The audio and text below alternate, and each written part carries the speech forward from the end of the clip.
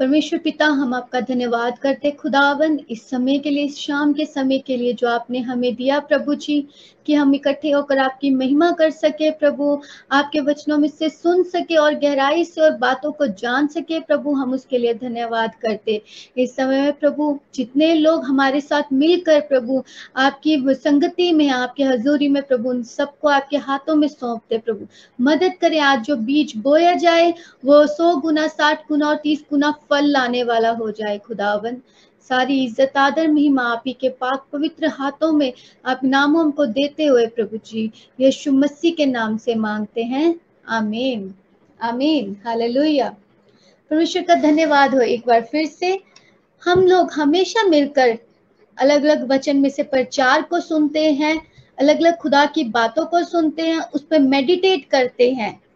तो आज मैंने सोचा कि ऑलरेडी हम लोग इन चीजों से तो इक्विप हो रहे हैं, इन चीजों से भर रहे हैं, क्यों ना आज कुछ अलग अपने लोगों को बताया जाए। आज के समय में जब से लॉकडाउन हुआ है, मार्च 21 से लॉकडाउन हुआ है, 21-22 से, और तब से लेके अब तक जो हमारे देश की आर्थिक व्यवस्था है और अलग अलग चीजों में बहुत ज्यादा गिरावट हमें देखने को मिलती है, जिसकी वजह से बहुत से लोगों का नुकसान हुआ है। बहुत से लोगों ने अपनी नौकरियों को खो दिया, अपने कामों को खो दिया। मतलब इतनी बुरी हालत हो गई लोगों की कि लोगों ने लॉकडाउन में जॉब्स ना होने की वजह से, सैलरी ना होने की वजह से, खाना ना होने की वजह से सुसाइड भी किया है। और जब हम देखते हैं कि हम ऐसे मुश्किल दौर पर से गुजर रहे हैं, हमें फिर भी हमारे खुदा ने एक विश्वास के द्वारा, इस वचन के, इस जीवित वचन के कलाम के द्वारा उसने हमें संभाले रखा है। हमें प्रोत्साहन, हमें इनकरेजमेंट कहाँ से मिला है? सिर्फ इस वचन को पढ़ने से, प्रार्थना करने से और परमेश्वर की हजूरी में अपने समय को व्यतीत करने से। परंतु बहुत से लोग ऐसे हैं जो इस लॉकडाउन की वजह से अपनी समस्याओं से उभर नहीं पाए, अपनी परेशानियों से बाहर नहीं निकल पाए। इसीलिए आज जो मैंने टॉपिक रखा है डिस्कशन के लिए, it's just about discussion between you and me. आज हम सब मिलकर डिस्कस करेंगे। आपकी जो भी बात होगी, परेशानी होगी, आप हमें कमेंट बॉक्स में डाल सकते हैं, हमें बता सकते हैं। तो मैंने आज का टॉपिक रखा है फाइट योर डिप्रेशन, अपने तनाव से लड़ें। डिप्रेशन, डिप्रेशन होता क्या है, हम थोड़ा सा इसके बारे में जानेंगे। डिप्रेशन एक ऐसी कॉमन बीमारी, एक ऐसी आम बीमारी है जो हर तीसरे पर्सन को हो जाती है इस दुनिया में। हमारी दुनिया में 264 करोड़ से ज्यादा लोग हैं जो आज के समय में इस डिप्रेशन और तनाव की इस बीमारी से झुलझ रहे हैं। और जब वो इस बीमारी से झुलस रहे हैं तो उनकी जिंदगी पर, उनके परिवार पर बहुत ही गहरा प्रभाव पाया जाता है। अब गहरा प्रभाव कैसे पाया जाता है? तनाव एक ऐसी प्रॉब्लम है, एक ऐसी बीमारी है जो किसी भी एज ग्रुप के लोगों को हो जाती है। वो बच्चे को भी हो जाती है, वो एक यूथ को, यंग को भी हो जाती है, एक अडल्ट को भी होती है और एक बुजुर्ग इंसान को भी हो जाती है। तो हम देखते हैं कि जब तनाव आता है तो तनाव कितने अलग अलग चीजों से आ जाता है। अगर किसी ने अपने परिवार में बहुत ही गहरे परिवार के मेंबर को, सदस्य को खोया है, तो वो तनाव में आ जाता है। कोई ऐसी बीमारी से जूझ रहा है जिसके कारण वो उस बीमारी से बाहर नहीं निकल पाता या उसको कोई दरवाजा नहीं मिल रहा है, तो इंसान तनाव में, डिप्रेशन में चला जाता है। और कई बार लोग बेरोजगार हो जाते हैं, या जिनके घर में खाने को नहीं, या जो लोग ऐसे सोचते हैं कि हम अपने परिवार को कैसे आगे चलाएंगे, मैं अपने बच्चों को कैसे अच्छी पढ़ाई दूंगा, मेरा कर्जा कैसे उतरेगा, मेरे परेशानी कैसे खत्म होगी। इंसान डिप्रेशन में चला जाता है। और कई बार ऐसा होता है कि अगर हम किसी के लिए कुछ गलत करते हैं, किसी के बारे में कुछ गलत सोचते हैं, और जब हमें हिट करती है वो बात, हमारे मन में रह जाती है, तो हमारे दिल में गिल्ट आ जाता है, एक गिल्ट आ जाता है कि मैंने ऐसा कर दिया है अब इस पर्सन के साथ, इस सदस्य के साथ, क्या ये मेरे बारे में क्या सोचेगा, क्या ये मुझे माफ करेगा, क्या ये मुझे माफ करेगी। बहुत सी ऐसी अलग अलग बातों के कारण हमारी जिंदगी में तनाव आता है, डिप्रेशन आता है। आज के समय में हम देखते हैं कि एक छोटे बच्चे को भी डिप्रेशन हो जाता है अगर वो स्कूल में एक अव्वल नंबर पर नहीं है और बच्चों की तरह एक्टिव नहीं है, पढ़ाई में अच्छा नहीं है, तो बच्चा क्या है, टेंशन में आ जाता है, डिप्रेशन में आ जाता है। डिप्रेशन में आकर क्या करता है, अपना रूम बंद करता है और अलग अलग चीजों को करने के लिए सोचता है। जब अलग अलग चीजों को करने के लिए सोचता है तो वो डिप्रेशन उस बच्चे को गलत डायरेक्शन में लीड करता है, गलत डायरेक्शन में, गलत राह पर ले जाता है। और जब हम डिप्रेशन की इन अलग अलग बातों को हमने समझा है तो अब हम क्या करें। आज के समय में जो यूथ है वो सबसे ज्यादा एज ग्रुप है यूथ की 15 से 29 जो एंजॉय करती है, सबसे ज्यादा, जो सबसे ज्यादा एंजॉय करती है। लेकिन यही एज ग्रुप 15 साल से 29 साल तक है जो सबसे ज्यादा डिप्रेशन में है, सबसे ज्यादा टेंशन में है, अपनी पढ़ाई को लेकर, अपने करियर को लेकर, अपने फ्यूचर को लेकर। और जब हम इन चीजों को देखते हैं, हम देखते हैं कि जब डिप्रेशन एक सीवियर लेवल पे एक इंसान के चला जाता है, जब उसको कुछ नहीं सूझता अब मैं क्या करूं, कहाँ जाऊं, वो लीड करता है सुसाइड को। हमारी पूरी दुनिया में हर साल 8 लाख से ज्यादा सुसाइड होते हैं सिर्फ डिप्रेशन की वजह से। जब इंसान को डिप्रेशन होता है वो अपना भूख प्यास उसकी खत्म होनी शुरू हो जाती है, शरीर में कमजोरी आनी शुरू हो जाती है, सोशल इंटरेक्शन नहीं रहती, किसी से बात करने को दिल नहीं करता है, अपने में ही रहना, खुद में ही रहना हो जाता है। और जब वो खुद में ही ऐसे रहने लग जाते हैं तो उनको बीमारियां पकड़ती है और बीमार होकर अंत में वो क्या करते हैं, अपने आप को एक गलत मोड़ पर, सुसाइड के मोड़ पर लेना शुरू करते हैं और सोचते हैं कि अब हमारा कुछ नहीं हो सकता। और जब ऐसी किसी बेरोजगारी, किसी साइकोलॉजिकल ट्रॉमा या किसी भी वजह से इंसान की जिंदगी में डिप्रेशन और तनाव आता है और जब वो गलत राह पे पड़ जाते हैं तो वो सुसाइड करते हैं। लेकिन आज मेरे पास आप सबके लिए एक गुड न्यूज है। गुड न्यूज क्या है? गुड न्यूज ये है कि अगर आप भी इस डिप्रेशन की बीमारी से, तनाव से जूझ रहे हैं, उलझ रहे हैं, तो गुड न्यूज है ये परमेश्वर का जीवित वचन। यही सारी बातों का स्रोत है, यही हमें प्रोत्साहित करने का, हमें इंस्पायर करने का एक स्रोत है जो हमें परमेश्वर में आगे लेकर चलता है, जो हमें हमारे डिप्रेशन से, हमारे तनाव से हमें निकालता है। कैसे निकालता है? मैं अपनी एक गवाही बताना चाहूंगी। ये 2013 की बात है, 2013 मार्च अप्रैल की बात है। मैं बीसीए फाइनल ईयर में उस टाइम थी और मेरा 5th सेमेस्टर चल रहा था। मैं एक बहुत ही सीवियर लेवल के माइग्रेन से उलझ रही थी। माइग्रेन एक ऐसी प्रॉब्लम है जिसमें आपका सर दर्द होता है, या अगर आप बहुत ज्यादा कंप्यूटर के आगे बैठते हैं, या बहुत ज्यादा आप टेंशन में होते हैं, या बहुत ज्यादा आप धूप में निकलते, तो अलग अलग वजहों से डिप्रेशन, ये माइग्रेन हो जाता है।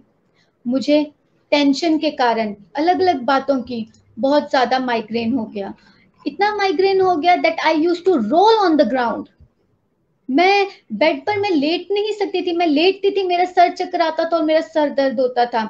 और मेरी मम्मा मेरे पापा को ऑफिस से फोन करके बुलाते थे कि मैं क्या करूं, मुझसे इसकी हालत नहीं देखी जा रही है, कि मैं बेड पर, मैं एक जगह टिक नहीं सकती थी, मैं बैठ नहीं सकती थी, मुझे बहुत परेशानी होती थी, मुझे हॉस्पिटल लेकर ले जाया जाता था और हॉस्पिटल मेरे इंजेक्शन लगते थे। और जब मैं ऐसे लेवल पे थी, मैं अपने पापा के, अपनी मम्मा के गले लग के रोती थी कि मैं क्या करूं, और वो मेरे लिए कंटिन्यूअसली प्रार्थना करते थे, कंटिन्यूअसली निरंतर मेरे लिए प्रार्थना करते रहते थे। तो एक समय क्या हुआ कि इस चीजों को 2.5 महीने हो गए, 2.5 पौने 3 महीने हो गए, और मेरे माँ बाप मेरे लिए कंटिन्यूअसली प्रार्थना कर रहे हैं और मुझ में इतनी हिम्मत नहीं कि मैं उठूं और मैं प्रार्थना करूं। लेकिन जब मैं बिस्तर पर लेटी होती थी, मेरी मम्मा मेरे सिर पर हाथ रख के दुआ करते थे कॉन्टिन्यूसली, और वो ट्राई करते थे कि मैं खुश रहूं, कि मुझे टेंशन ना हो, मुझे सर दर्द ना हो।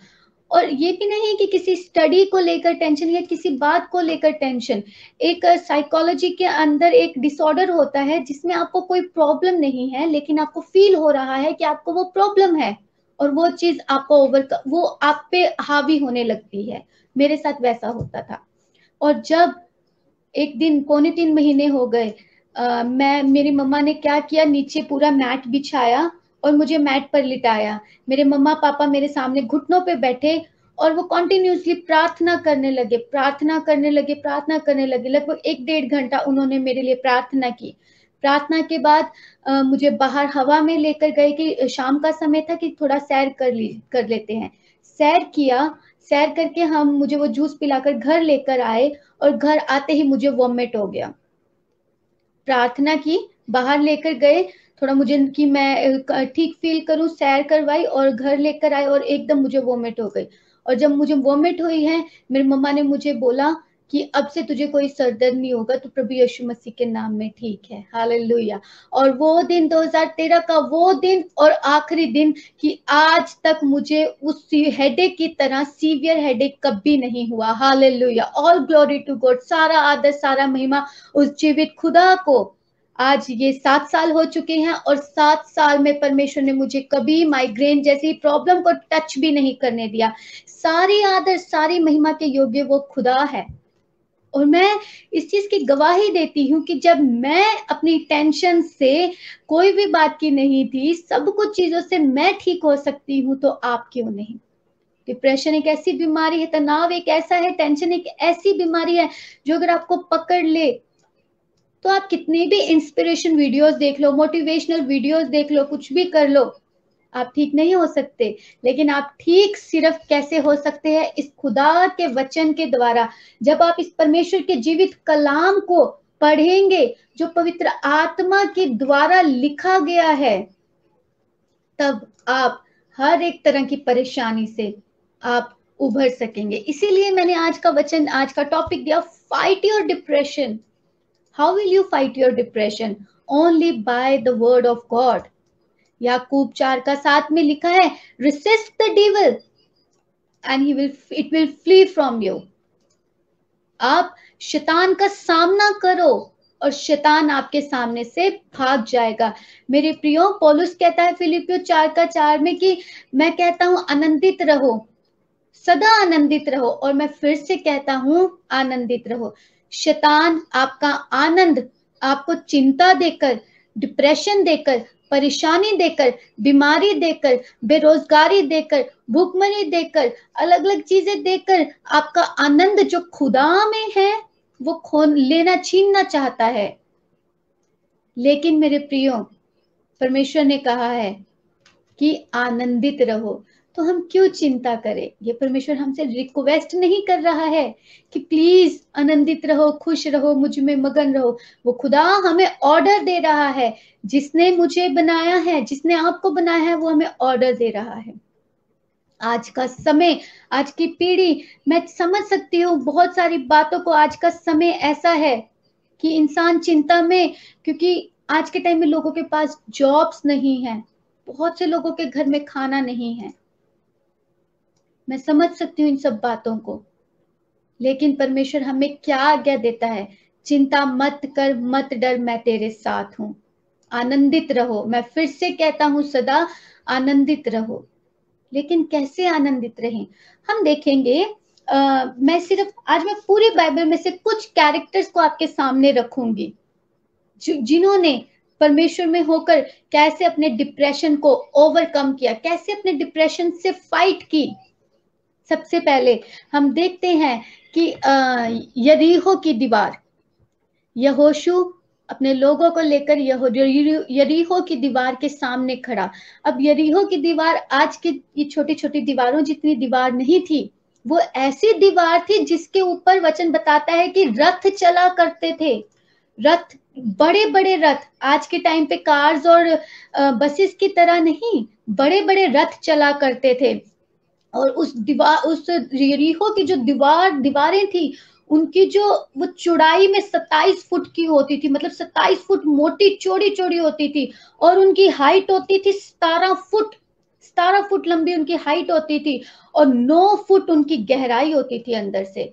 इतनी बड़ी बड़ी दीवारें होती थी और इन दीवारों पे रथ चला करते थे और उन दीवारों को 5 बड़े बड़े पत्थरों से एक एक दीवार को बनाया जाता था। मतलब 1 2 3 4 5, मैं तो साइज छोटा बता रही हूँ, लेकिन कहा जाता है कि उस समय में पत्थर बड़े बड़े 5 पत्थरों से एक एक दीवार को बनाया जाता था।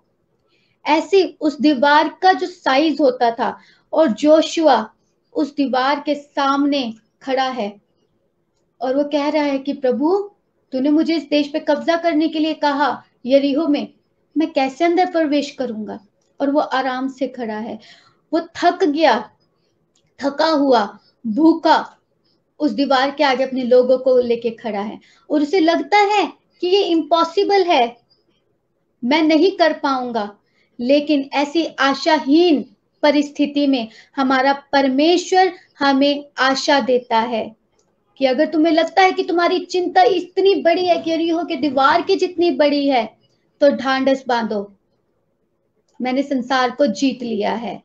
अगर आपकी परेशानी भी ऐसी है तो मेरे प्रियो, जिस तरह से यहोशू ने हालेलुया परमेश्वर की स्तुति गा गा कर 7 बार उस दीवार के चक्कर लगाए और 7वीं बार उसने किसी शस्त्र का प्रयोग नहीं किया, किसी बल का प्रयोग नहीं किया, किसी जादू का प्रयोग नहीं किया, किसी भी तरह की चीजों का प्रयोग नहीं किया, लेकिन उसने सिर्फ खुदा की महिमा की। और जब उसने उस जीवित परमेश्वर की महिमा की जिसने इस दुनिया को बनाया, वो दीवार अपने आप ढा गई। हालेलुया। मेरे प्रियो, आज अगर आपकी जिंदगी में भी ऐसी किसी बीमारी की, किसी ऐसी वस्तु जो आपने खो दी है, किसी ऐसी एडिक्शन की, जैसे कि व्यभिचार की, किसी बीमारी की, किसी कलेश की, किसी बदरू की, किसी कर्जे की, किसी भूखमरी की, और अपने बच्चों को अगर आप फीस नहीं उनकी जमा करवा सकते, किसी भी तरह की परेशानी अगर आज आपको यरीहो की दीवार की तरह लगती है, मेरे प्रियो, आज आपके लिए गुड न्यूज है कि परमेश्वर उस दीवार को आपकी जिंदगी में ढाने जा रहा है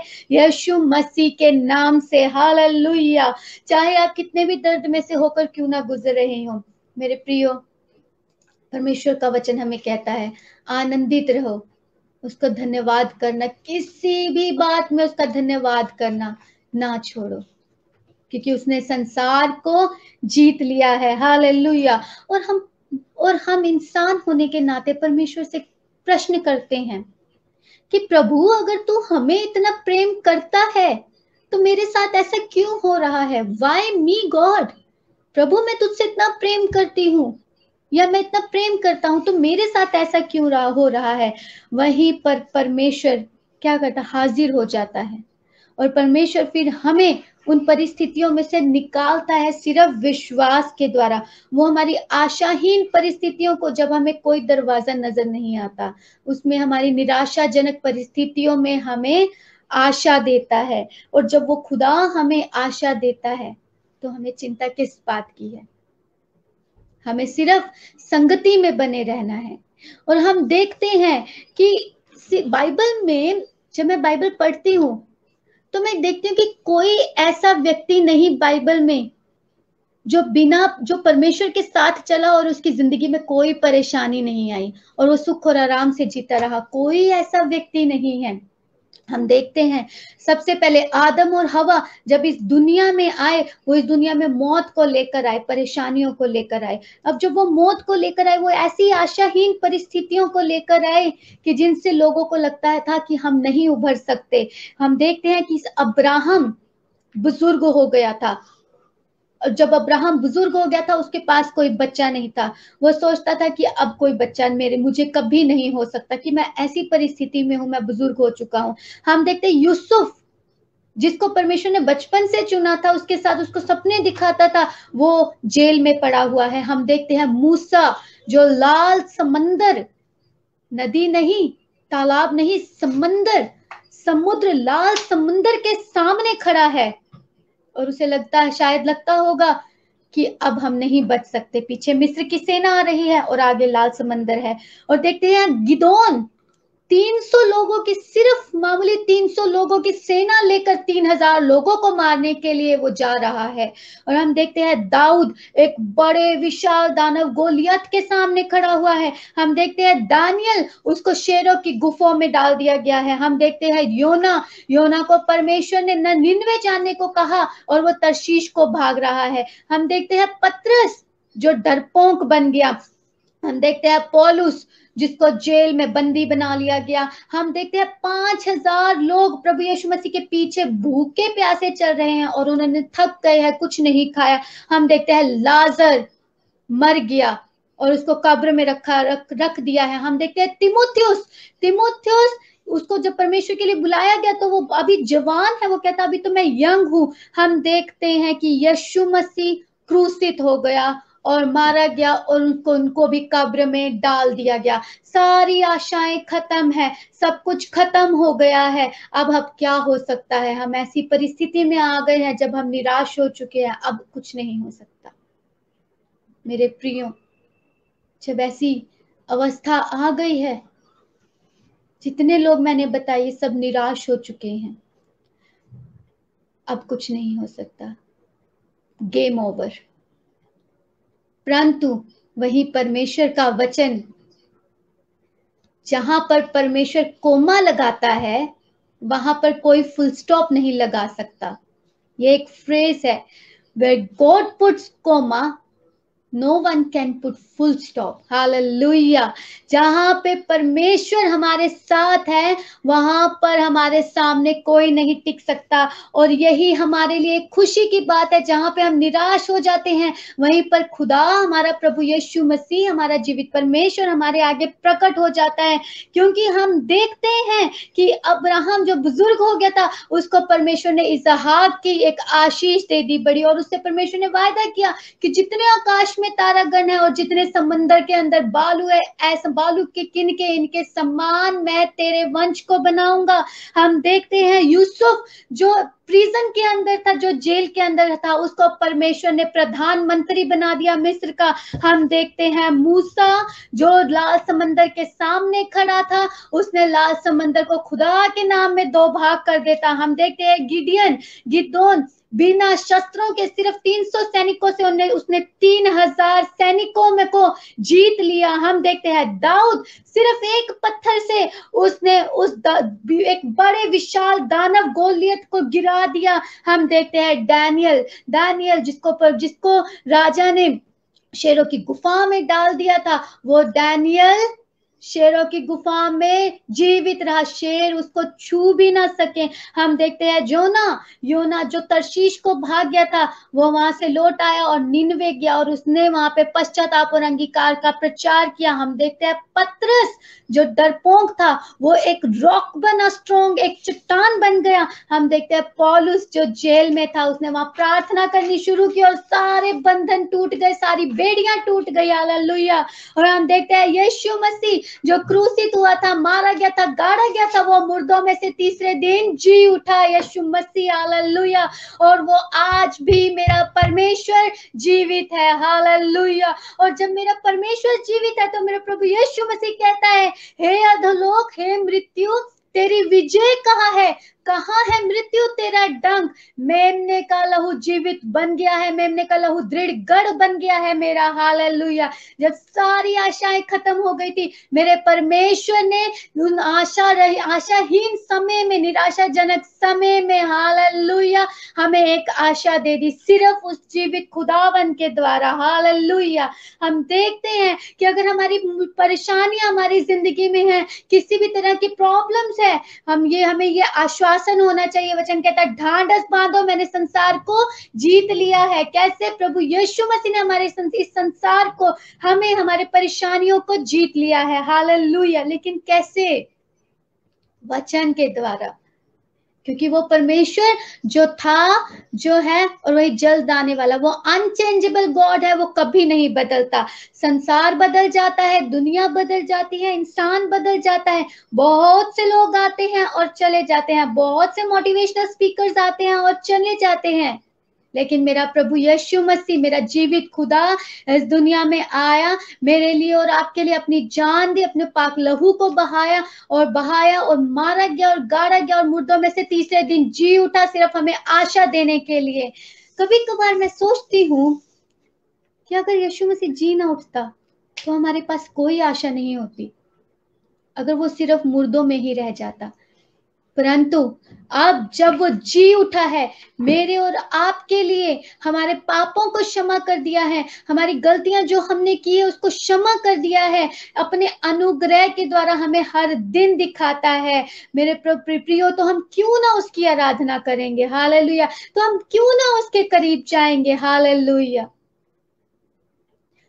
आज हम जीवित है तो सिर्फ उसके अनुग्रह के द्वारा, क्योंकि वो हमें अनुग्रह देता है कि जो हमारी जिंदगी में परेशानियां आई हैं, हम उनका डटकर मुकाबला करें, हम शैतान को अपने आगे से भगाएं। हम कैसे भगा सकते हैं? इस वचन के द्वारा। जैसे आज मैंने अलग अलग बातों को आपके बारे में आपको बताया, अलग अलग लोगों के बारे में आपको बताया कि कैसी बड़ी बड़ी परेशानियां थी लोगों की जिंदगी में, वही जो वचन के अंदर मेंशन किए गए हैं, और उन्होंने सिर्फ खुदा के वचन के द्वारा, खुदा पर विश्वास करते हुए आगे बढ़े। उन्होंने उन परेशानियों का सामना किया। जब उन्होंने सामना किया तो परमेश्वर ने ओवरकम उनको उन परेशानियों से करवाया। इसीलिए आज मेरा टॉपिक था, fight your depression, fight your anxiety, fight your tension, fight your problem just by the word of God. You cannot fight anything with your own weapons. You cannot fight anything, your problems. You cannot fight your problems. You cannot fight your worries. You cannot fight your tensions with anything. But you have to fight everything only with the word of God, only by the help of word of God. Hallelujah. My dear friends, आज की ऐसी आशाहीन परिस्थिति में हमें क्या करना है? हमें सिर्फ परमेश्वर पे विश्वास करके उसके वचन को लेकर आगे बढ़ना है। Only He can change your mess into a message. अगर आपने गलती से कोई ऐसी गलती खड़ी कर दी है, गलती से कोई गलती खड़ी कर दी है, कोई मिस्टेक आपसे हो गई है, मेरे प्रियो, पश्चाताप करें और परमेश्वर के समीप आए। अगर आपसे कोई गलती हो गई है, वो आपकी गलतियों को एक संदेश में बदलने को तैयार है, ठीक करने को तैयार है। मेरे प्रियो, अगर आपकी जिंदगी में परीक्षा है तो वो आपकी परीक्षाओं को जीत में बदलने के लिए तैयार है। He can change your trials into a triumph. He can change your test into a testimony. But when you will come closer to the God, when you will build a relationship with the God, when you totally depends on a God, when you prioritize God. मेरे प्रियो, जब आप लोगों को प्राथमिकता देंगे, परमेश्वर को प्राथमिकता देंगे, वो आपके सब कार्यों को, सब असंभव बातों को संभव करेगा। परंतु अगर आप और बातों को प्राथमिकता देंगे अपनी जिंदगी में, संगति में नहीं रहेंगे, प्रार्थना में नहीं रहेंगे, वचन में नहीं रहेंगे, तो मेरे प्रियो कुछ नहीं हो सकता। और बहुत जल्द परमेश्वर अपने लोगों को लेने आने वाला है। तो क्या हम तैयार हैं या हम अपनी ही परेशानियों में जूझ रहे हैं? आइए हम अपने आप को जांचें और परमेश्वर के नजदीक आएं और उसके साथ एक रिलेशनशिप बिल्ड करें। कैसे? Resist the devil and he will flee from you. How? Only by the word of God. क्योंकि जब तक आप इस वचन में नहीं हैं, तब तक आप शैतान को अपने आगे से नहीं हटा सकते। लेकिन जब आप इस वचन में मजबूत है, जड़ पकड़े हुए हैं, आप शैतान का सामना करेंगे और शैतान आपके सामने से भाग जाएगा, प्रभु यीशु मसीह के नाम में। Hallelujah, hallelujah. अगर आपके पास कोई प्रार्थना विनती है तो आप हमें बता सकते हैं, और अगर आप हमसे कोई बात शेयर करना चाहते हैं तो पास्टर जी का नंबर स्क्रीन पर आपके सामने दिया गया है। आप उन्हें कॉल करके उनसे प्रार्थना करवा सकते हैं। और अपनी काउंसलिंग करवा सकते हैं, अपनी बात शेयर करना चाहते हैं, कुछ भी ऐसे डिप्रेशन से, एंग्जाइटी से, वरी से, टेंशन से, कोई भी प्रॉब्लम से रिलेटेड है, आप हमें कॉल कर सकते हैं और हमसे बात कर सकते हैं और हम आपके लिए प्रार्थना करेंगे और आपको हम वचन के द्वारा, सिर्फ वचन के द्वारा एनकरेज करेंगे। Hallelujah, praise Lord. आइए हम हमारे पास 2 प्रार्थना विषय आए हैं। हम एक सिस्टर बूसी है भोपाल के अंदर, जिनकी सिस्टर हैं, उनको कोविड हो गया है, कोरोना है, हम उनके लिए प्रार्थना करेंगे। पास्टर जस्टिन है बैंगलोर में, बहुत अच्छी सेवकाई कर रहे हैं, हम उनके लिए प्रार्थना करेंगे। हम उनके लिए भी प्रार्थना करेंगे कि उनको थोड़ा सा फिजिकल प्रॉब्लम है और अलग अलग बातों के लिए। आइए, जब हम मिलकर यहाँ पर इकट्ठे हुए हैं तो हम प्रार्थना में जाएं। और हम स्पेशली एक भाई हैं अमृत, जिनको करंट लगने की वजह से जलंधर में करंट लगा बहुत बुरा उनके ऑफिस में और उनकी पूरी बॉडी जल गई है। हम उनके लिए भी प्रार्थना करेंगे, परमेश्वर उनकी स्पीडी रिकवरी के लिए कि परमेश्वर उनको जल्द से जल्द ठीक करे। हालेलुया। आइए हम प्रार्थना में चलेंगे। महान अनुग्रहकारी जीवित सामर्थी खुदा, हम आपका धन्यवाद करते प्रभु इस समय के लिए जो आपने हमारी जिंदगी में दिया परमेश्वर पिता। और प्रभु आज आपकी आत्मा ने प्रभु हमें कुछ अलग बातें सिखाई कि हम अपने डिप्रेशन से कैसे फाइट करें, अपनी टेंशन से कैसे फाइट करें प्रभु। और तूने बताया कि कैसे तेरे दास जो बाइबल में हमें मिलते हैं, अलग अलग तरह की परेशानियों से जूझ रहे थे खुदावन, तूने उनको कैसे हिम्मत दी। उन्होंने सिर्फ तेरे नाम के द्वारा अपनी हर एक चिंताओं को दूर किया, बड़े बड़े पहाड़ों को गिरा दिया खुदावन। हम तेरा धन्यवाद करते हैं। मदद कर जितने लोगों ने ये वचन सुना और जितने लोग आगे इन बातों को सुने खुदावन, वो सब तेरे नाम में और बढ़ने पाए और मजबूत होने पाए तेरे वचन में खुदा, और अपनी परेशानियों से निकलने पाए खुदावन। हम स्पेशली प्रार्थना करते सिस्टर बूसी के लिए, जो उनकी बहन है जिसको कोरोना हो गया है खुदावन। तो अपना वचन भेजकर, अपना जोरावर शिफा वाला हाथ बढ़ाकर उनको छू के चंगा कर।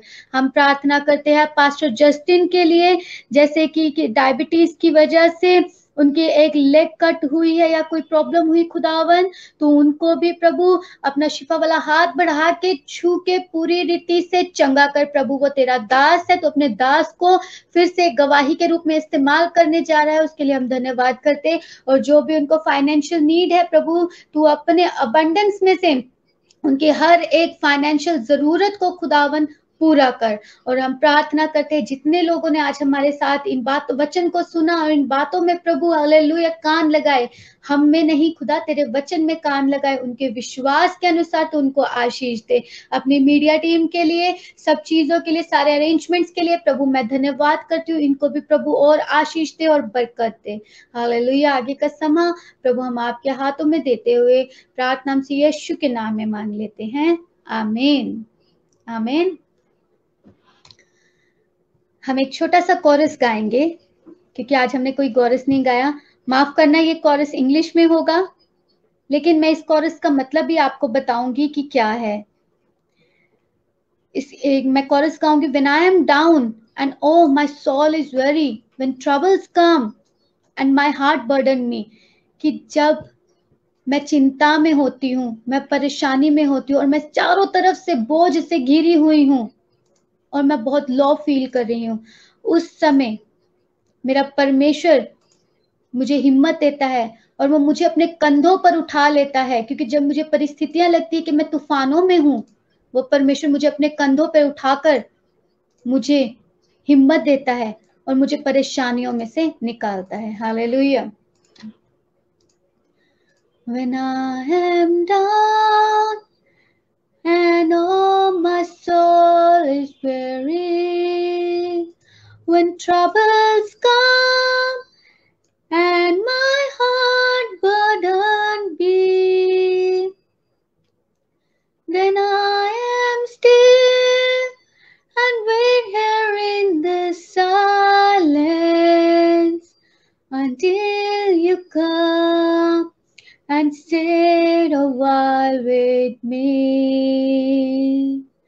You raise me up so I can stand on mountains. You raise